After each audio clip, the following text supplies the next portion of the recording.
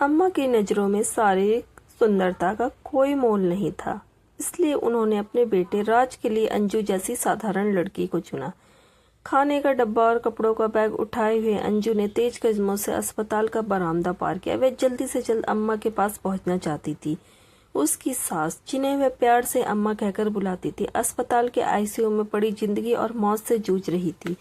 1 साल पहले उन्हें कैंसर हुआ था और धीरे धीरे वह उनके पूरे शरीर को ही खोखला बना गया था। अब तो डॉक्टरों ने भी उम्मीद छोड़ ही दी थी। आज जब वह डॉक्टर वर्मा से मिली तो वह बोले, आप रोगी को घर ले जा सकती हैं, जितनी सांसें बाकी हैं उन्हें आराम से लेने दो। पापा मानने को तैयार नहीं थे। वह बोले, डॉक्टर साहब आप इनका इलाज जारी रखें, शायद कोई चमत्कार ही हो जाए। अब किसी चमत्कार की आशा नहीं है, डॉक्टर वर्मा बोले। लाइफ सपोर्ट सिस्टम उतारते ही शायद इन्हें अपनी तकलीफों से मुक्ति मिल जाए। पिछले 2 माह से अम्मा का अस्पताल का ये चौथा चक्कर था। हर बार उन्हें आईसीयू में भर्ती किया जाता था और 3-4 दिन बाद उन्हें घर लौटा दिया जाता था। डॉक्टर के कहने पर अम्मा की फिर से घर लौटने की व्यवस्था की गई, लेकिन इस बार रास्ते में ही अम्मा के प्राण पखेरु अलविदा कह गए। घर आने पर अम्मा के शव की अंतिम यात्रा की तैयारी शुरू हुई। वह सुहागिन थी, इसलिए उनके शव को दुल्हन की तरह सजाया गया था। अंजू ने अम्मा के इस खूबसूरत चेहरे का इतना श्रृंगार किया था कि सब देखते ही रह गए थे। अंजू जानती थी कि अम्मा को सजना संवरना कितना अच्छा लगता था। वह अपने रूप के प्रति हमेशा सजग रहती थी। बीमारी की अवस्था में भी उन्हें अपने चेहरे की बहुत चिंता रहती थी। उस दिन तो हद ही हो गई जब अम्मा को 4 दिन तक अस्पताल में रहना पड़ा था।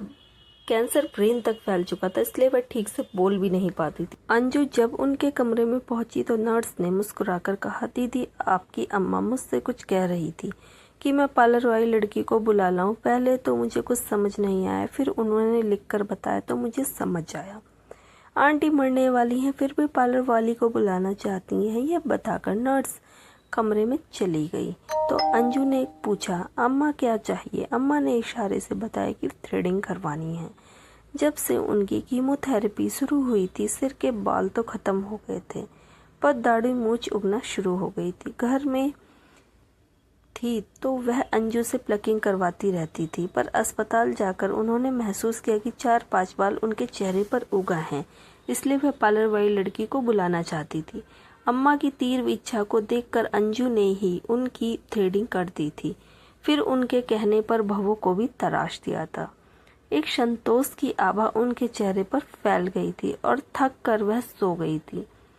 नर्स जब दोबारा आई तो उसने अम्मा के चेहरे को देखा और मुस्कुरा दी।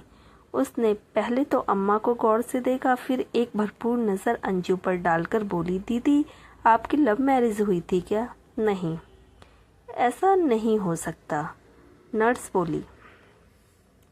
अम्मा तो इतनी गोरी और सुंदर, फिर आप जैसी साउथ इंडियन लगने वाली लड़की को उन्होंने कैसे अपनी बहू बनाया? ऐसे प्रश्न का सामना अंजू अब तक हजारों बार कर चुकी थी। सास बहू की जोड़ी को एक साथ जिसने भी देखा उसने यही प्रश्न किया था कि क्या उसका प्रेम हुआ था।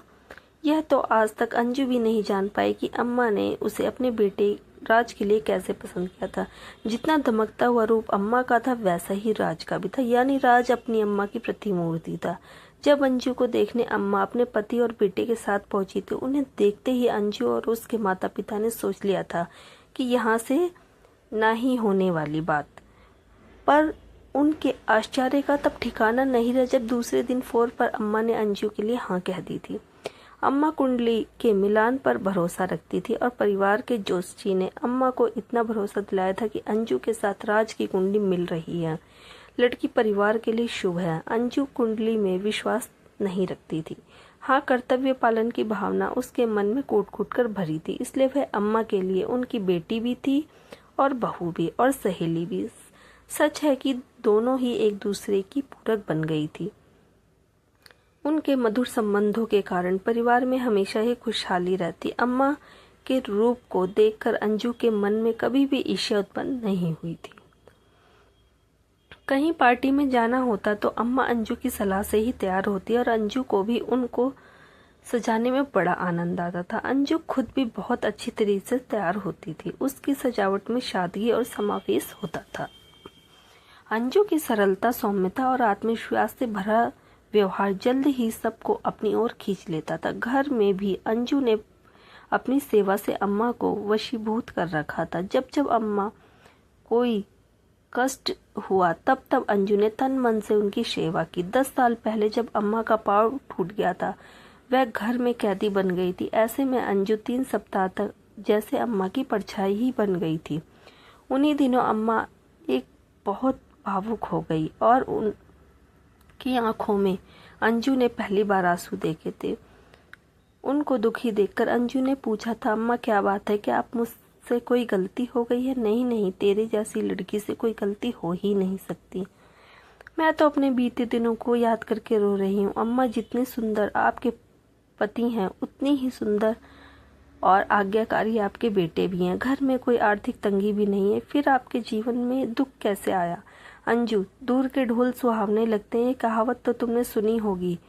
मेरी ओर देखकर सभी सोचते हैं कि मैं सबसे सुखी औरत हूँ। मेरे पास सब कुछ है, शोहरत है, पैसा है, एक भरा पूरा परिवार भी है। अम्मा, साफ साफ बताओ ना, अब क्या बात है? आज तेरे सामने मैं अपने दिल का राज खोल रही हूँ और राज ही बना रहने देना इसे।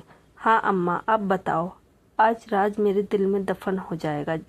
जानना चाहती है तो सुन। राज के पापा की बहुत सारी महिलाएं दोस्त हैं, जिन पर वो तन और धन दोनों ही न्यौछावर करते हैं। आप जैसी सुंदर पत्नी होते हुए भी। अंजू हैरानी से बोली, हाँ, मेरा रूप भी उस आवारा इंसान को बांध नहीं पाया।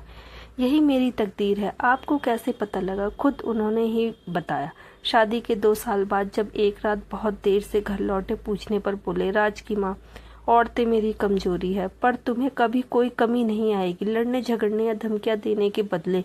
यदि तुम इस सच को स्वीकार लोगी तो इसी में हम दोनों की भलाई है। और जल्द ही यह सच्चाई मुझे समझ में आ गई और मैंने अपने इस दुख को कभी दुनिया के सामने जाहिर नहीं किया।